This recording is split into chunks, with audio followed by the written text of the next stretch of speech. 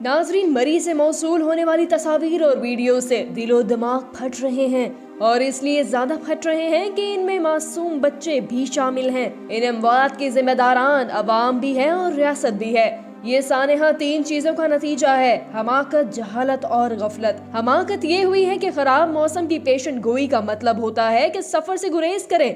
ऐसे में अपनी फैमिलीज लेकर बर्फ देखने चले की जुर्रत फकत हमाकत होती है। बर्फ पड़ जाए तो ऐसे इलाके में जाना और बात है, पड़ती हुई बर्फ में ऐसी जगह बिना पेशगी इंतजाम जाना फकत हमाकत। जहालत ये है कि पहले तो ऐसे मौसम में किसी वार्निंग शुदा एरिया में बिना प्लानिंग, बिना होटल एडवांस बुकिंग किए जाना ही जहालत है। मगर फिर गाड़ियों में हीटर चलाकर सोना भी जहालत है। गैसेस कार में भरने से अमवात इसी जहालत का नतीजा है कि ये पता ही नहीं था कि इसका नतीजा क्या होगा। लेकिन सबसे ज्यादा अहम फैक्टर गफलत है। नंबर 1, पहली गफलत इंतजामिया की है, जिसने खराब मौसम की वार्निंग के बावजूद फौरन इस रूट को सफर के लिए बंद नहीं किया। नंबर 2, दूसरी गफलत मरी के होटल्स की है, जिन्होंने ऐसे मौसम में किराए इतने बढ़ा दिए कि लोग वापस चल पड़े। नंबर 3, तीसरी गफलत मरी के लोकल अवाम की है, जो बर्फ में फंसे इन लोगों की मदद की बजाय बेहिस बनकर घरों में दबके रहे। नंबर 4, 10 दिन पहले इंतजामिया ने वार्न किया था कि मरी में कैपेसिटी से 50 गुना ज्यादा गाड़ियां दाखिल हो चुकी हैं और बर्फ का तूफान आने वाला है। लोगों को जल्द अज जल्द मरी छोड़नी चाहिए। कुछ इंतजामिया की गफलत और कुछ लोगों को सैर व तफरीह का शौक इनकी कीमती जिंदगियां ले गया। जो लोग बर्फ में घूमने फिरने और इसमें चलने या सरवाइव करने का तजुर्बा नहीं रखते, इन्हें ऐसे इलाकों में हरगिज नहीं जाना चाहिए।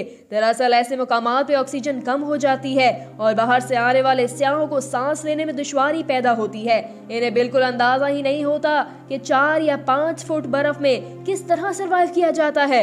जिस तरह गुलियात और ऐसे मुकामात में रहने वाले लोग जब पंजाब जाकर किसी नहर में नहाने की कोशिश करते हैं तो वो डूबकर हलाक हो जाते हैं। हालांकि इन्हें नहरों में पंजाब के लोगों के छोटे छोटे बच्चे सारा दिन नहाते और तैरते रहते हैं। बिल्कुल इसी तरह जो मुकामी लोग होते हैं, इनके बच्चे सारा दिन इसी 4-4 फुट बर्फ में घूमते फिरते रहते हैं। इन्हें इसका तजुर्बा होता है और वो सरवाइव करना जानते हैं। ताहम जो लोग दूर दराज से या पहली दफा ऐसी शदीद बर्फबारी में जाते हैं और वो कभी सरवाइव नहीं कर सकते। हमारे यहाँ सफर करने की बुनियादी शराइत जो समझी जाती है, इनमें एक, आपके पास सफर का किराया और खाने पीने का पैसा मौजूद होना है। दूसरा, आपके पास गाड़ी है या नहीं। ये 2 शराइत पूरी हो जाएं तो हम स्कर्दू की तरफ भी मुंह उठा कर निकल लेते हैं। मुझे मरी वाली बात जानकर परसों का दुख हो रहा है कि लोग कैसे इतनी ठंड में इतनी फैमिलीज के साथ फंसे हैं। लेकिन फिर इन पर गुस्सा भी आता है कि इन्होंने मरी जाने और बर्फबारी देखने की बुनियादी शराइत यही तो समझी है कि मरी की तरफ चल निकले हैं।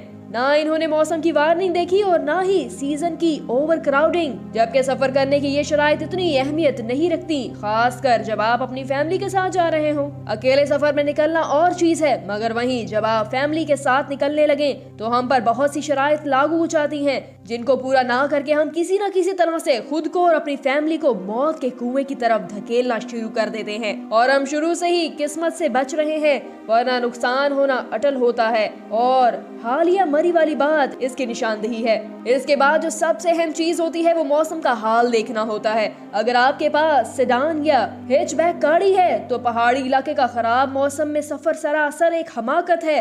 मगर यहाँ लोग मेहरान पे स्कर्दू और पता नहीं कहाँ कहाँ हो आते हैं और फिर खुश भी होते हैं। अगर बर्फबारी होने का इम्कान हो तो इस बात का इम्कान होता है कि ट्रैफिक भी जाम होगी, सो इसकी तैयारी करना बहुत जरूरी है। अपने व्हीकल की फिटनेस और मौसम की जान पहचान बहुत जरूरी चीज है। दर्जनों दूसरी शराइत के साथ तीसरी बड़ी शर्त जो सामने आई है वो अपना लिबास है। क्या हम बर्फ वाले मौसम के मुताबिक लिबास पहनकर जा रहे हैं कि नहीं? और अगर नहीं तो अगर गाड़ी में लंबे अरसे तक हीटर चलाने के नतीजे में आया हमारी गाड़ी में वेंटिलेशन का इंतजाम भी है कि नहीं? अगर नहीं तो सांस कैसे ली जा सकेगी?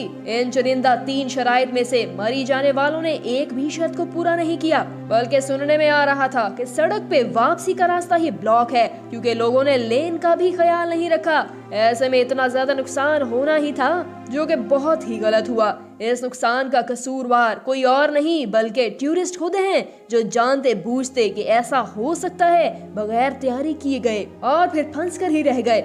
और इस बात का दुख होता है कि कैसे फैमिलीज इतनी यकबस्ता रात में ख्वार हो रही हैं और इस ख्वारी की वजह ऊपर वाली 3-4 बातें ही निकलती हैं जो कि काबिल अफसोस हैं। इसके अलावा गाड़ी की फिटनेस ऐसी चीज है जिसको हम कभी खातिर में ही नहीं लाते। अमूमन नई कारों में कार्बन मोनोऑक्साइड नहीं जमा होती, लेकिन पुरानी गाड़ियां जिनकी फिटनेस पूरी ना हो इनमें हीटर 2-3 घंटों तक एक ही जगह खड़े रहकर चलाने से गाड़ी में कार्बन मोनोऑक्साइड जमा हो सकती है और ये मरी में होने वाली अमवात का सबसे बड़ा रिस्क फैक्टर होगी, जो कि काबिल अफसोस बात है। इस तरह गाड़ी में टो चेन, बर्फबारी की सूरत में टायर ग्रिप और फर्स्ट एड किट का होना भी जरूरी होता है, मगर यहाँ लोग लेदर जैकेट्स पहनकर बर्फबारी देखने निकल गए थे और अपनी जान का ख्याल नहीं रखा। वहाँ गाड़ियों की फिटनेस का तो सवाल ही नहीं बनता। गो इस वाक़े में हुकूमती गफलत भी है जो कि गाड़ियों की लोड को रोक ना पाई, मगर इसके पीछे वजह भी है कि मरी जाने वाली ज्यादातर गाड़ियों को अगर पुलिस रोके भी तो ये पीछे से कॉल करवा कर एंट्री करवाना जानती हैं। सो इसमें हुकूमती किरदार इतना नहीं रहता जितना आवाम का जुनून इसका जिम्मेदार बनता है।